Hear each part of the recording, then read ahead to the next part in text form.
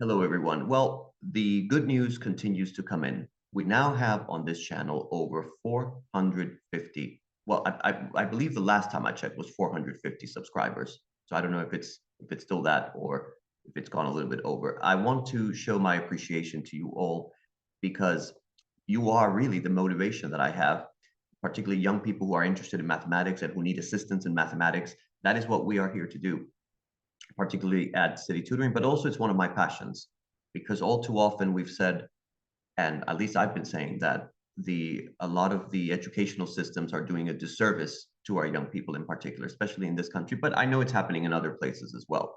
But I'm only familiar with the most educational systems in the United States and the United Kingdom, which is where I lived for a very long time, where I did my master's degree in, by the way, those of you who don't know me, I did a master's degree in pure mathematics at the University of London. And I did my undergraduate in here in the United States at Columbia University in the city of New York many years ago. And I don't regret one bit of it. It took me a while to actually wake it up when it came to my passion in math, but I've never looked back from it. So this video is going to be about the law of cosine, the law of cosine. And you need to understand, most of you understand the cosine function. And that's pretty entry level stuff.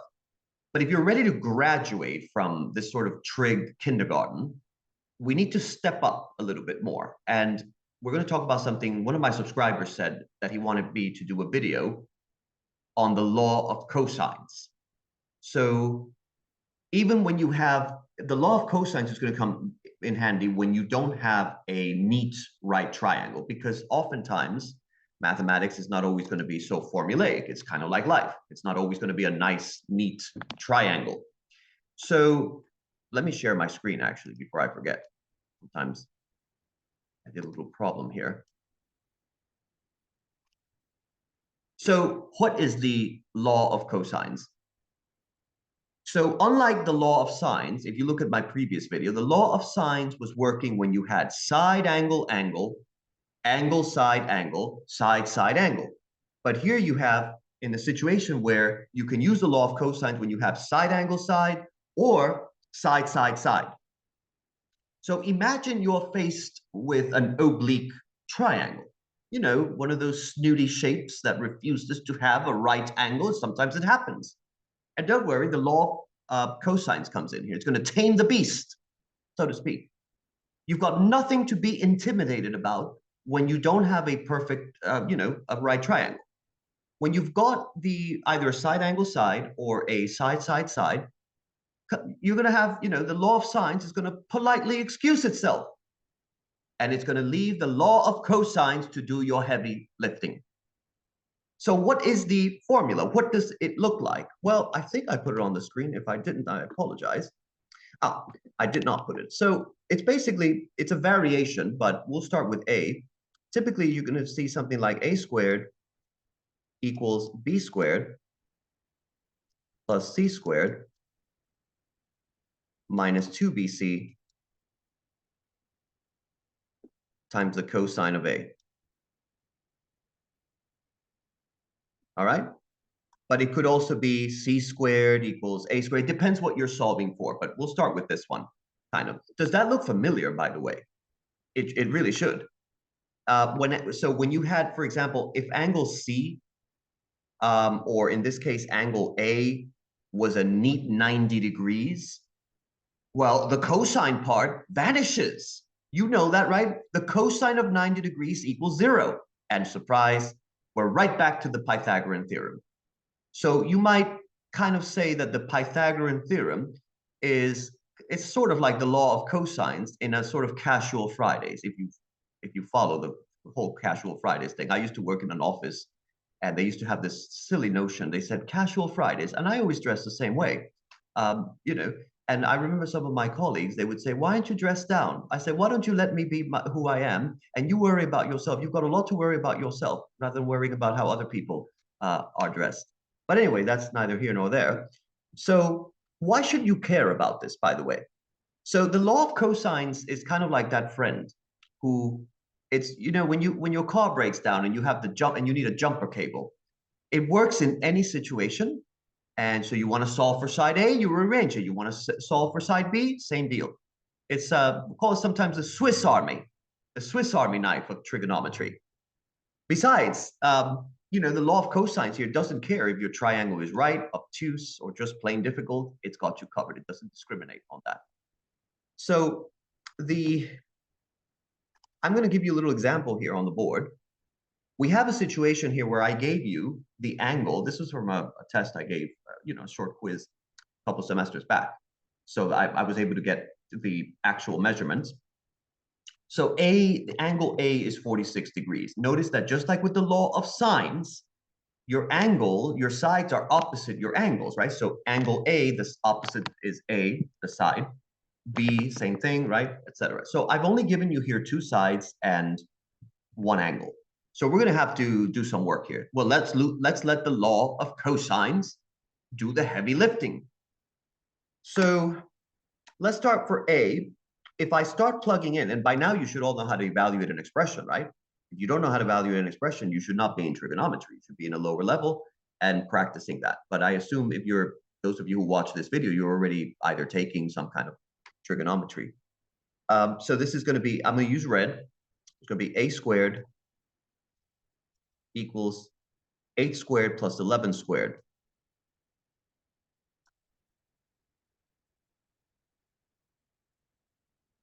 Minus 2 times 8 times 11 times the cosine of 46 degrees.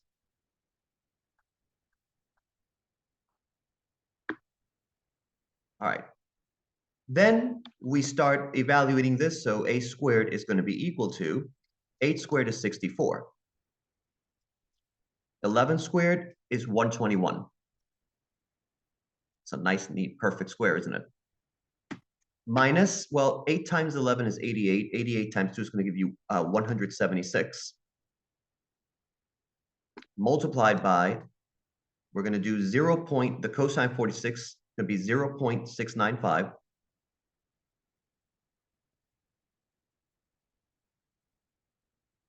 Which is going to give you, if you actually work this out, it's going to give you 62.7, more or less. And of course, this is not the answer, right? Because look what you have. We're solving for a squared. We need to take the square root. So if we take the square root, we have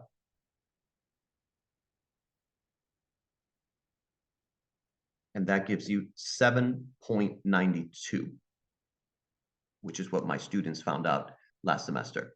So that now you have side A. Now you have side A. And now you can go back and you can use the law of cosines to find another angle. And then you can subtract that from 180 degrees and to get the remaining angle. So you've solved the mystery. You've done everything now possible to get all the information you need from this triangle. So look what we had, just in case, look what we had originally. Originally, we had only two sides were given, and we had only one angle. So we had to figure out, by the law of cosines, now we have our third side, and now we can find out one of the other angles, and because of that, we can find all three angles here. Isn't that amazing?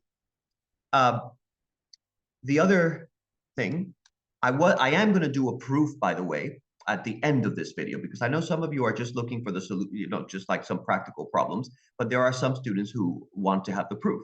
And we should be proving things in math. It's not just because I say something, it's because there is it comes from somewhere. So what if I gave you, let's do another example. See if I can erase this one. Well, I have room, actually. I do have room, don't I?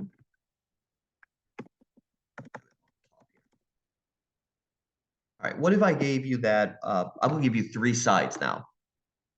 We're gonna say side A is 34. We're gonna say side B is 40. Side C equals 28. And so we wanna find out, we need information about this triangle. So we need to use the law of cosines. Now, typically, you want to find the angle that is opposite the longest side, typically, right? So in this case, 40. So let's start with, we can use the formula. So we have a squared is equal to b squared plus c squared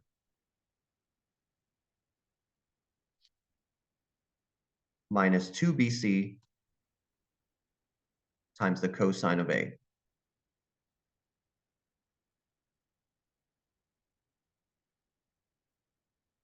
Now, yeah, and some people tell me, I've heard people say, oh, it's not as nice looking as the law of sines. All of math is good looking. This is good looking too. So there's no, it's just a different way. But I've heard silly comments like that from some people.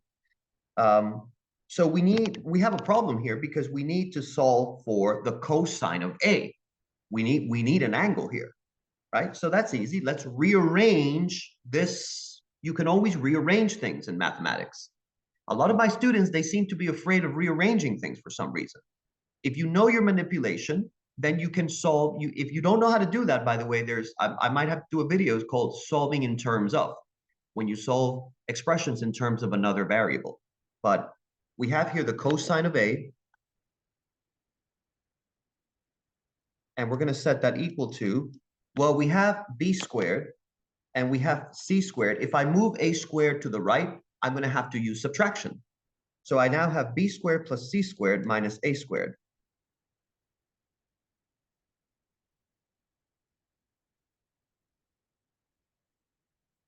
Divided by, well, I have that 2bc, but because I'm solving for the cosine, right, I want to isolate. So if I isolate it, I divide by 2bc.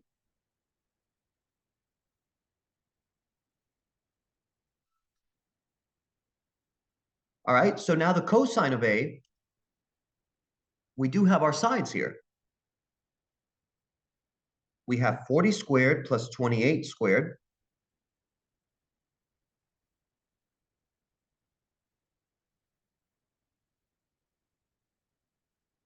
minus, right, a squared, 34 squared.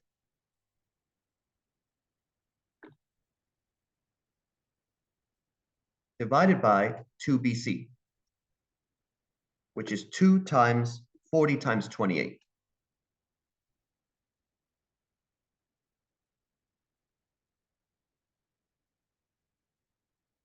All right, so I want you to take a moment to calculate. First, do it mentally. Don't use a calculator, please.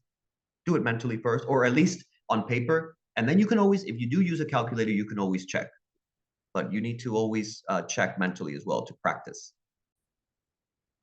All right, now, if you squared everything, you have 40 squared. So the cosine of A is equal to 40 squared, which is 1600. Some of these you should be able to do mentally because 40 squared means 40 times 40, and 4 times 4 is 16. Then you have 0 zeros here. So 1600 plus 28 to the square, that should give you 784.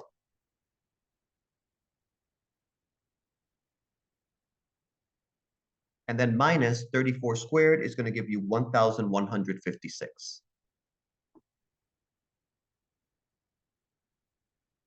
And if we multiply the bottom, 40 times 2 is 80.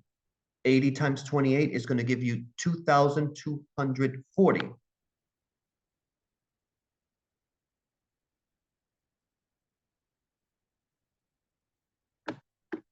And if you do your arithmetic here, 1600 plus 784 minus 1156, if you simplify, it gives you 307 divided by 560 if we reduce the fraction. All right, now this becomes a decimal, right? When you divide a fraction, you either get a whole number or you get some kind of decimal. So the decimal that this gives is it's an approximation, by the way. It's usually not exact, but we can say that it's approximately 0.54821.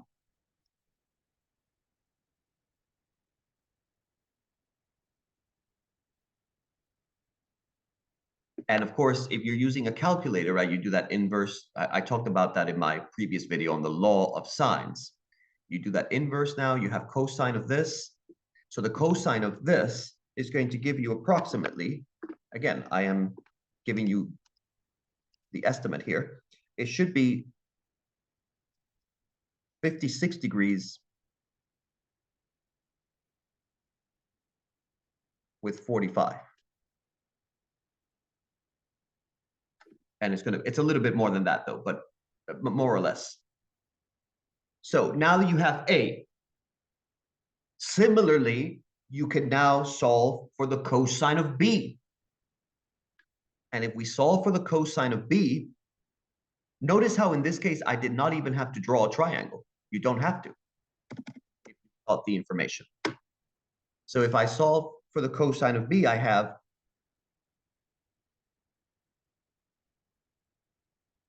A squared plus C squared minus B squared.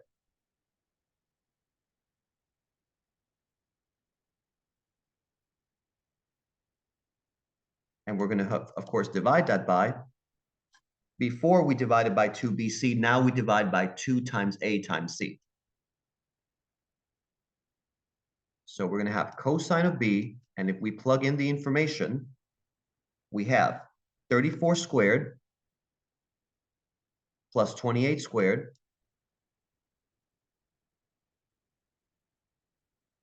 minus 40 squared divided by 2 times 34 times 28. And I'll let you do the arithmetic. So you can pause the video and do the arithmetic, and then I'll put the answer down and see if it matches what you've got. All right, now, so if you did the arithmetic, you should have gotten, when you reduce your fraction, if possible, 340 divided by 1,904,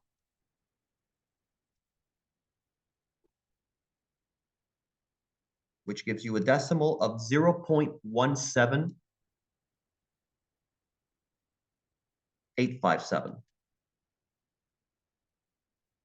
And then from here, you take the cosine, which should be around, it should be giving you 79 degrees and more, a little bit more.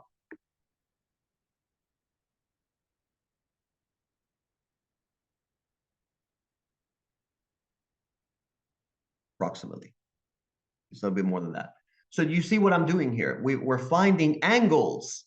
We are finding angles. If we're finding all, you would do the same thing for the cosine of C, and you would then add up all the angles to get the 180, and then it would be very easy to solve for the other sides.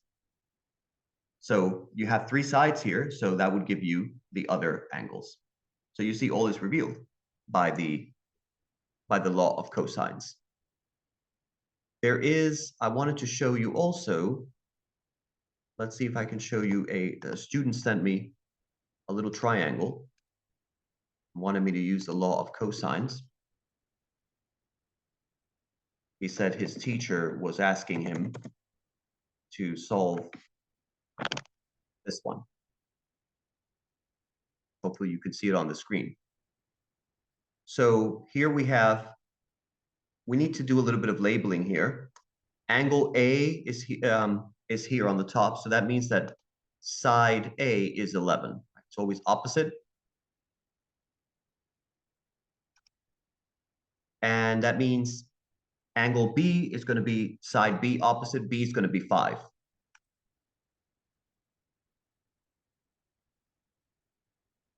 And so angle C is 20 degrees here.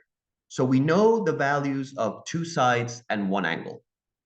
So this means that we can use the law of cosines. Again, the law of cosines is side angle side or side side side. So we can use the law of cosine here. And to find all the values, you would then use the law of sines as well. So let's give it a try. C squared equals, since we know the value of angle C, we're going to solve for side C squared, right? So C squared equals, I'll use white this time. So we're going to have to use this variation of it. A squared plus B squared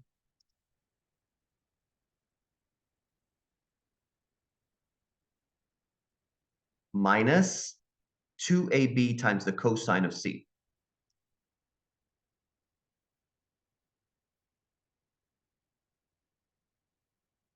And then from here, we can also manipulate this, just as a side note, into a slightly different expression of, we could call it n, but doesn't matter, by turning, we have a square exponents here.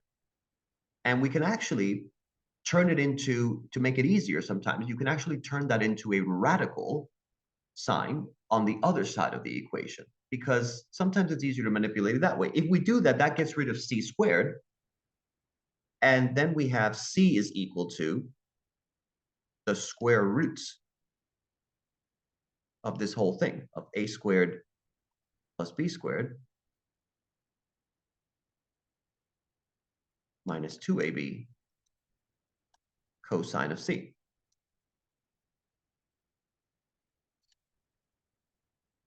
And if we plug in our values here, we have 11 squared plus 5 squared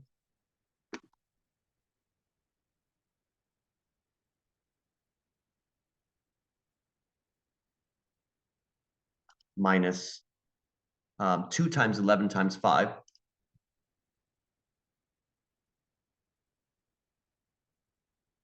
And of course, we're going to multiply that by the cosine of 20. Take the square root. Oops, sorry, I messed up my sign. There we go. So do the calculation and see what you come up with.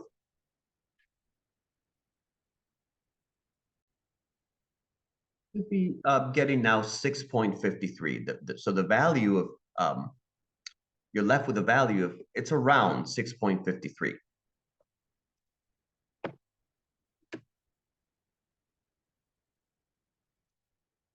And now you can use the law of sines.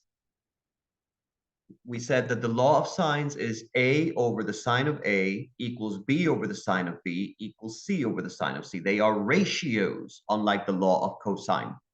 So now you can use that to determine the remaining angles. Well, if we have the sine of A, let's go back to our drawing here. Right, we have C here is 20 degrees. So we can use a couple of, if we manipulate it, you could say this, if we solve for the sine of A, we have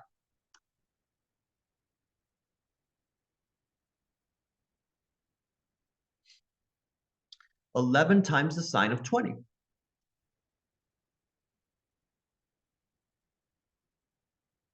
20 degrees. And of course, we divide by 6.53.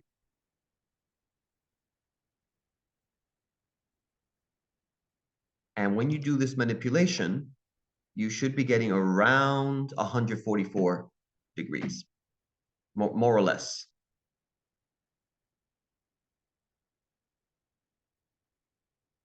All right, and then you would, again, solve for the other missing parts. So you should also think about, in this case, angle A is opposite to the longest side of the triangle. So since you know that your triangle, you already know that it's not a right triangle.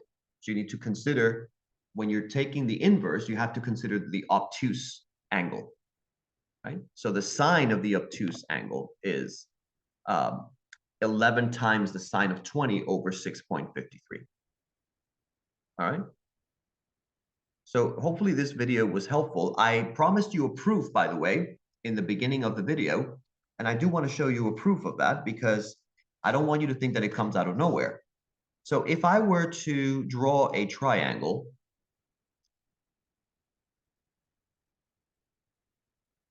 let's see if I can draw it on the top.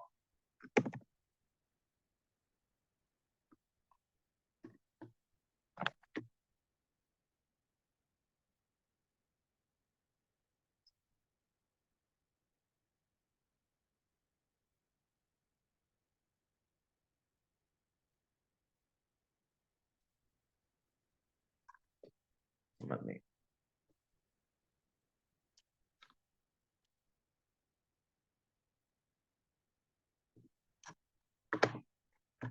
I don't like when it comes out. I'm a little bit, sometimes with the drawing here. But let's say that this was a height here. And we're going to call that BD. And this we'll call side C. And we'll say this is angle A. This is angle A, angle C, and side B. So if you think about the generalized Pythagorean theorem, we think about this as a squared equals b squared plus c squared minus 2b AD, right?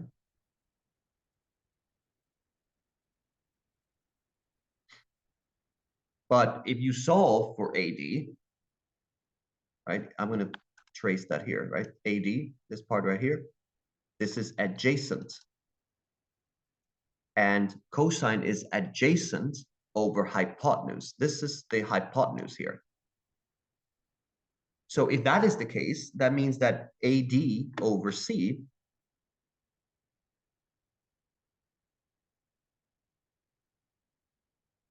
equals the cosine of A. And therefore, AD, this is a fraction. If I want to clear that fraction, I multiply both sides by C.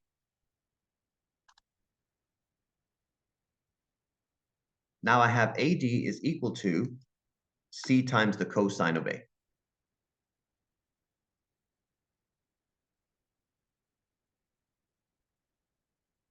And if I use these two equations, these two expressions, I get A squared equals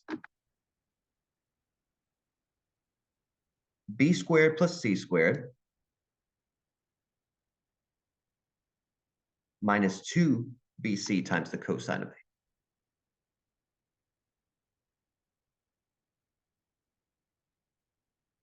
And that, my friends, is where it comes from.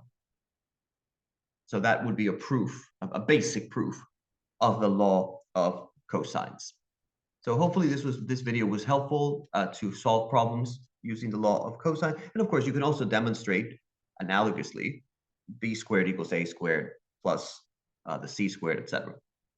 So hopefully this video was helpful. If it was, please subscribe to this channel because we continue to grow and we're doing pure mathematics and we're also doing trigonometry, geometry we'll be doing as well.